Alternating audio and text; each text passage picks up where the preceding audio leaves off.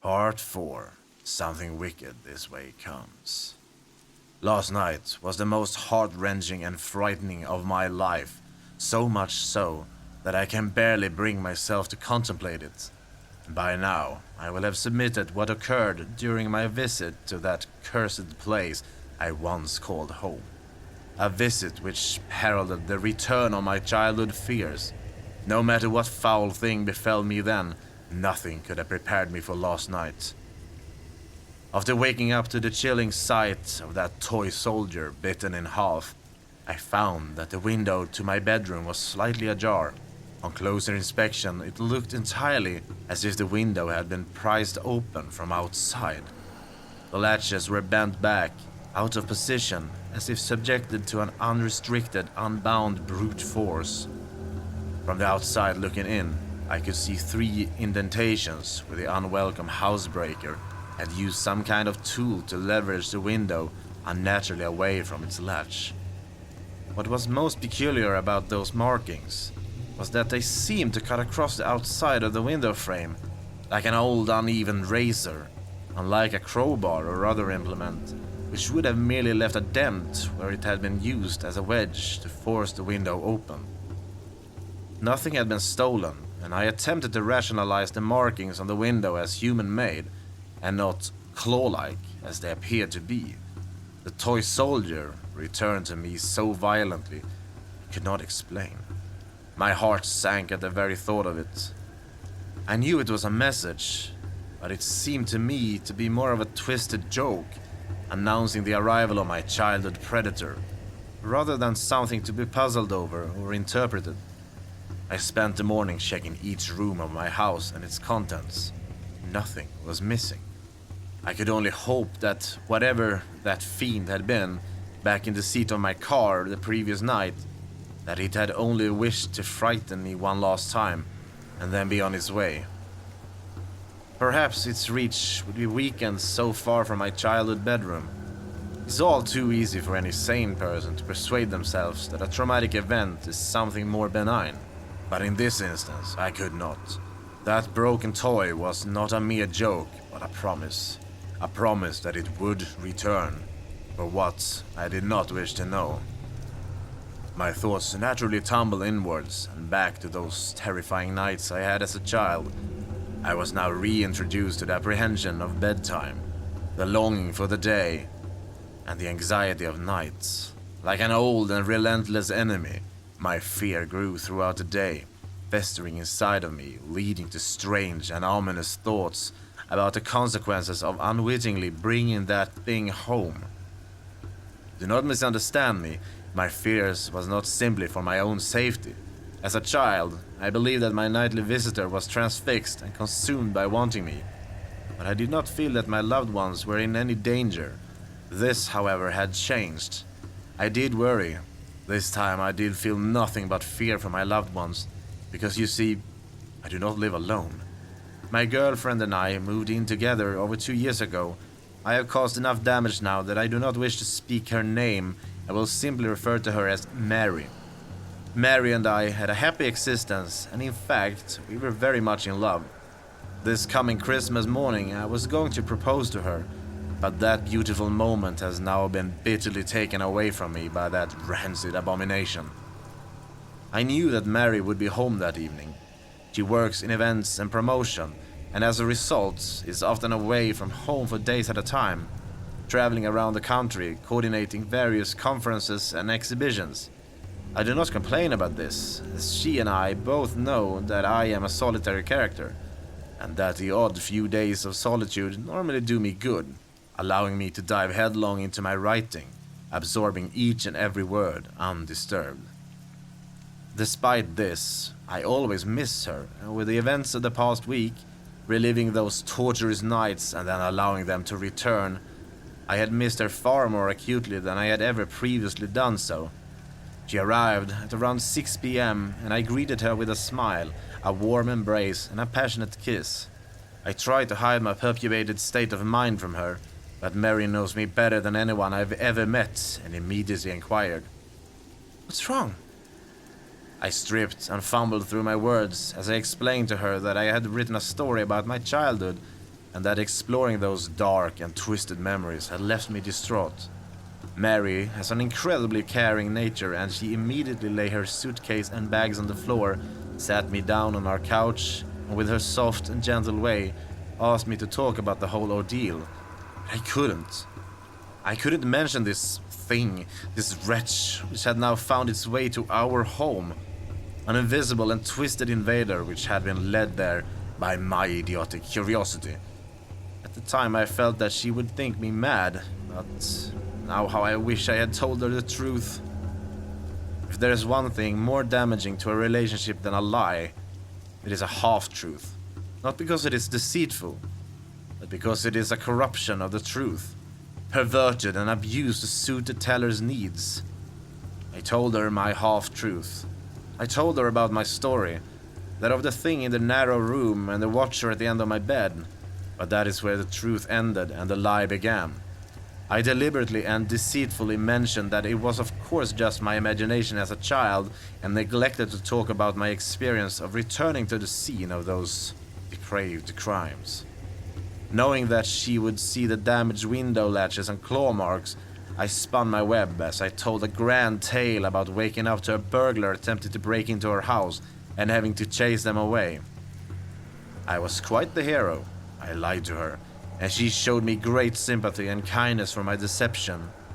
I was embarrassed by the truth then, and I am ashamed of my lie now.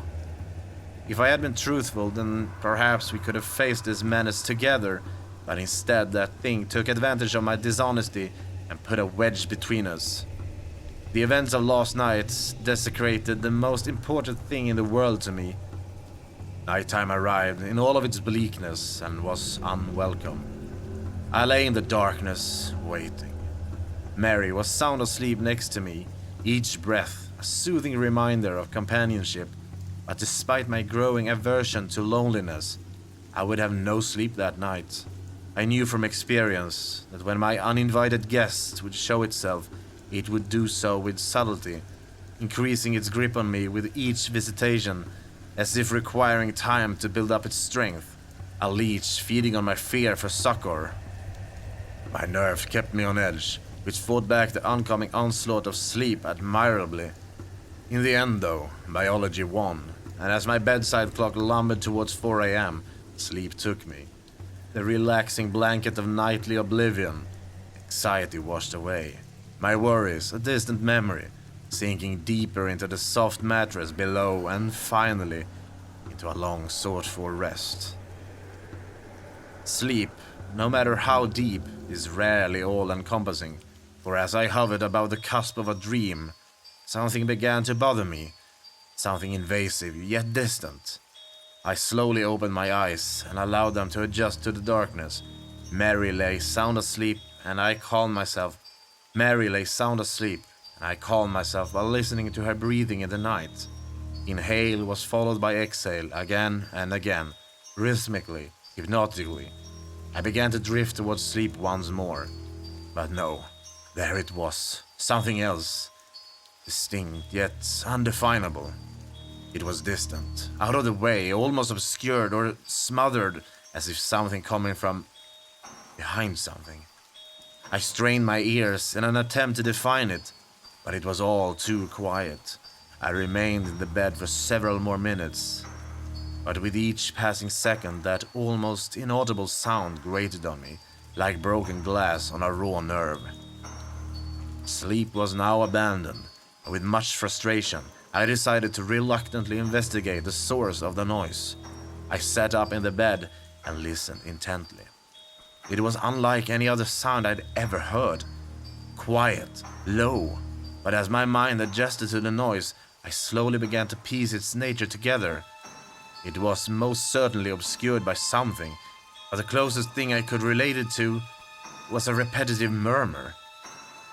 I heard something similar previously when I was a child visiting my grandmother in a nursing home, a place which had left an impression on me, seeing the wandering residents confused and of a fractured mind, meandering around the grounds like lost inmates, murmuring repeatedly to themselves of days gone past, repeating nonsensical phrases and words. This is what it reminded me of. A continuous stream of indecipherable words uttered by someone in the throes of confusion. I turned to check on Mary, watching her chest rise and fall with each breath. Assured that she was undisturbed, I left the bed. As I stood up, I recognized immediately that the murmuring was louder. While dark, I had left the light on in the hall, as I always do, which crept under the door and allowed me to view the room in a dim but visible way.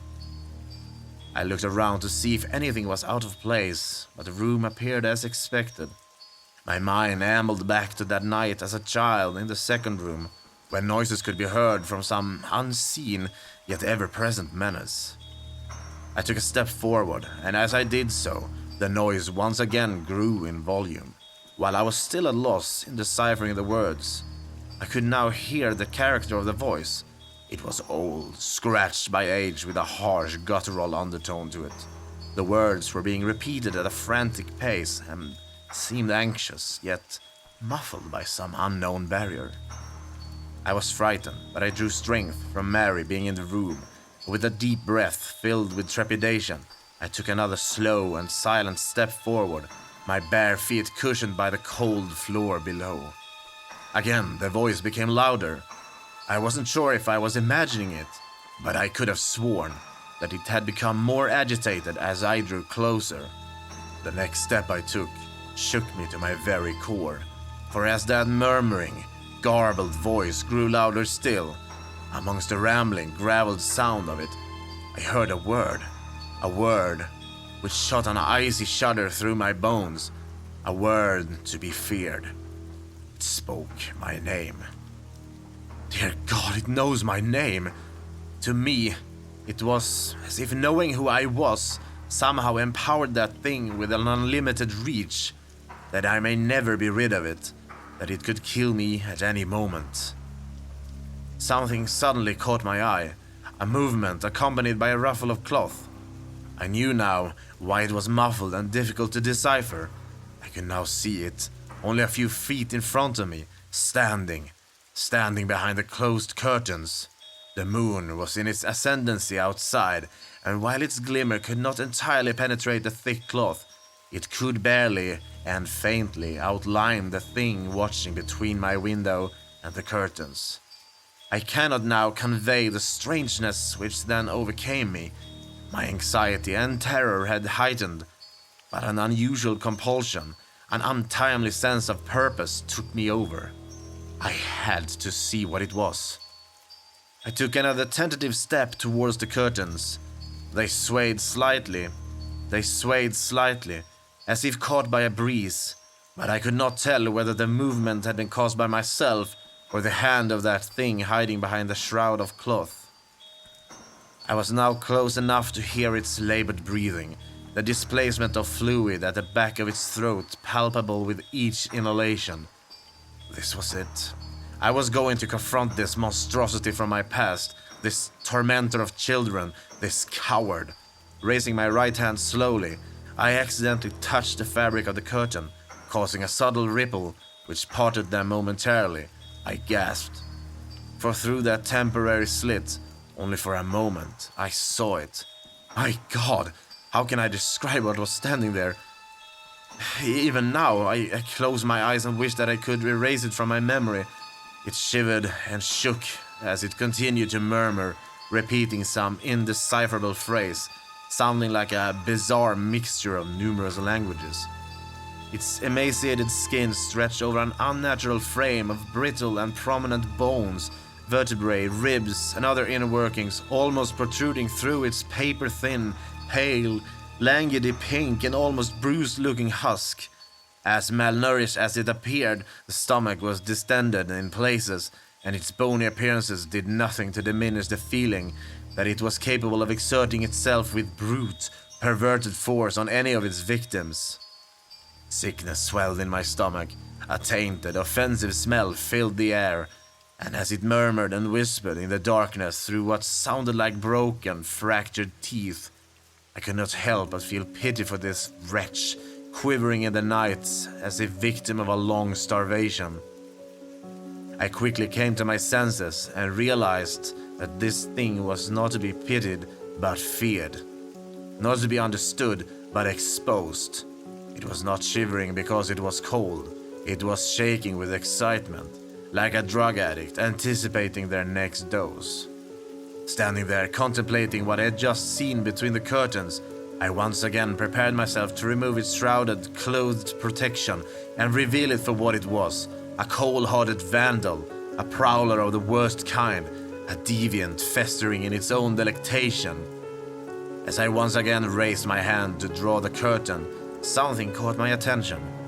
Its incessantly confused, gravelly, and inarticulate whispers squeezed through that broken mouth and uttered the three most terrifying words I have ever heard. "Look behind you!" A cold breath slid down the back of my neck. Momentarily I froze, but love is a powerful motivator.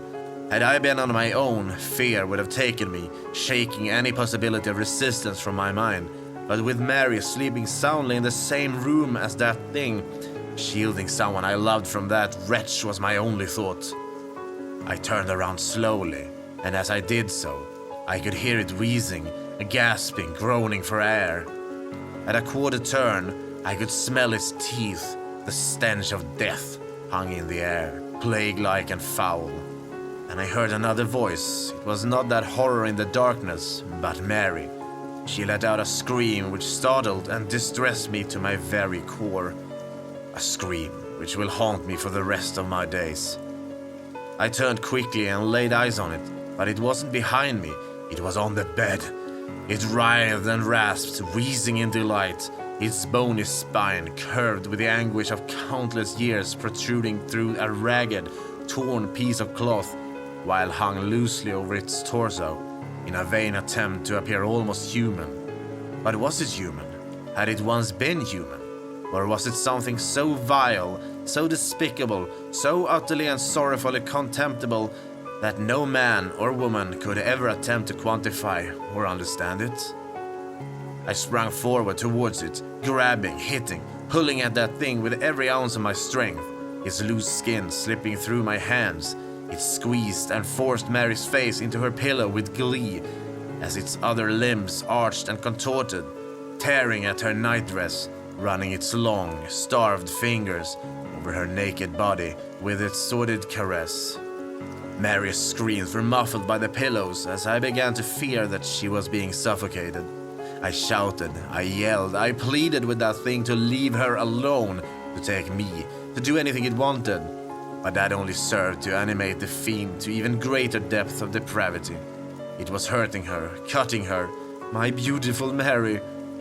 Suddenly, it stopped attacking her, but it still kept one of its brittle, gangly, and gaunt, yet weighted hands on the back of Mary's head, pushing her face further into her pillow.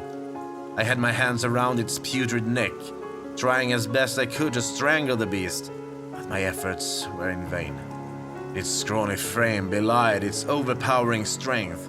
I watched in sickly disbelief as it began to run its cadaverous fingers through Mary's hair, slowly and almost with affection.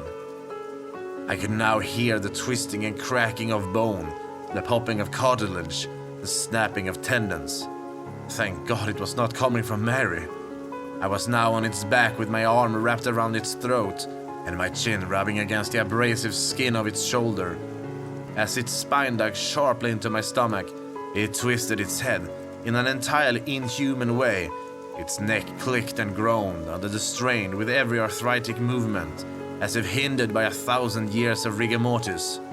It was now looking at me. I've heard it often said of some people that they cannot see the forest for the trees, but now I truly appreciate that sentiment. So close was I to its black, icy stare that I could not take in the surrounding features. I increased my grip, I swore, I screamed. I would have torn its throat out if I could have, but it was all in vain as it continued to run its scrawny fingers through Mary's hair nonchalantly while looking at me. I don't think I will ever truly recover from the sound which seeped out through what I assumed to be its approximation of a grin, a wheezing sigh, a grunt, something which sounded very close to a sinister, otherworldly laugh. As its face touched mine, Its eyes stared deep into me. Not even my reflection was returned. 2 looking glasses into a sanctuary for the dark, devoid of light, happiness, and love. It was staring as if it wished to say something, as if it was trying to communicate a simple idea to me. Malice. With a wrenching, stuttered, and violent movement, it tore an entire fistful of hair from Mary's head, leaving behind it an open wound. Then it was gone. Mary did not scream, she merely whimpered. I turned the bedside lamp on, but no words of care or sympathy could console her. She wept uncontrollably. The bed was soaked in blood, which had seeped out from the numerous scratches on her back and the large cut where the entire section of her hair had once been. I hugged her, told her that everything would be all right. Then she looked at me. Looking at her tear-filled eyes, I knew what she thought immediately. She thought I had attacked her, that I had done these terrible things to her. Of all the experience I have had, the look of betrayal, disgust, and contempt on Mary's face will remain the most painful. She is gone. After composing herself, she gathered up some things and left. I tried to explain. I tried to tell her everything that had been happening, but she would not listen. Who would believe such a preposterous story? She simply said that she would not call the police, but if I ever attempted to contact her, she would do just that. To her, I was the aggressor, not that thing. As she left, she turned to look at me one last time and then burst into tears. I know now that I have lost her forever. The woman I love more than anything on this earth thinks I am a violently hideous human being. If only she could understand that whatever did this, that it was not human, and if it ever was, it had long since abandoned that nature. It was 5 a.m. when Mary left me. It's 9 a.m. now. I am sitting here in the cold light of the day at my kitchen table, writing this so that there is some kind of record of what has transpired, so that people know, so that Mary knows, that whatever happens, that whatever occurs from here on in, that it was that despicable creature from my childhood, from that cursed narrow room all those years ago, which rained this misery down upon me, upon us. I must now dispense with the sentiment. I could easily sit here mourning the loss of my relationship with Mary, or I could allow myself to be overcome with fear, to do nothing. But that simply will not do. I can hear the laughter of my neighbor's children outside. At different stages in my life, I remember that same feeling of joy and happiness from something as simple as playing with friends, or climbing a tree, or kissing the woman you love, or even drifting off to sleep at bedtime to dream of what could be, in the safety of a happy family home. Memories, only memories. I fear I will never experience that happiness again. This thing has broken me, but I am resolute. Whatever that hideous wretch has in store, whatever it desires to do with me, I will not allow that thing to harm another person or invade another child's life, as it did mine all these years ago. I must leave you all now, as there is much to be done before it gets dark, before it returns. My plans are made, and with any luck, they will succeed. I wish I could say we will speak again, but I think that is unlikely. I hope you understand what must be done, because tonight I am going to kill it.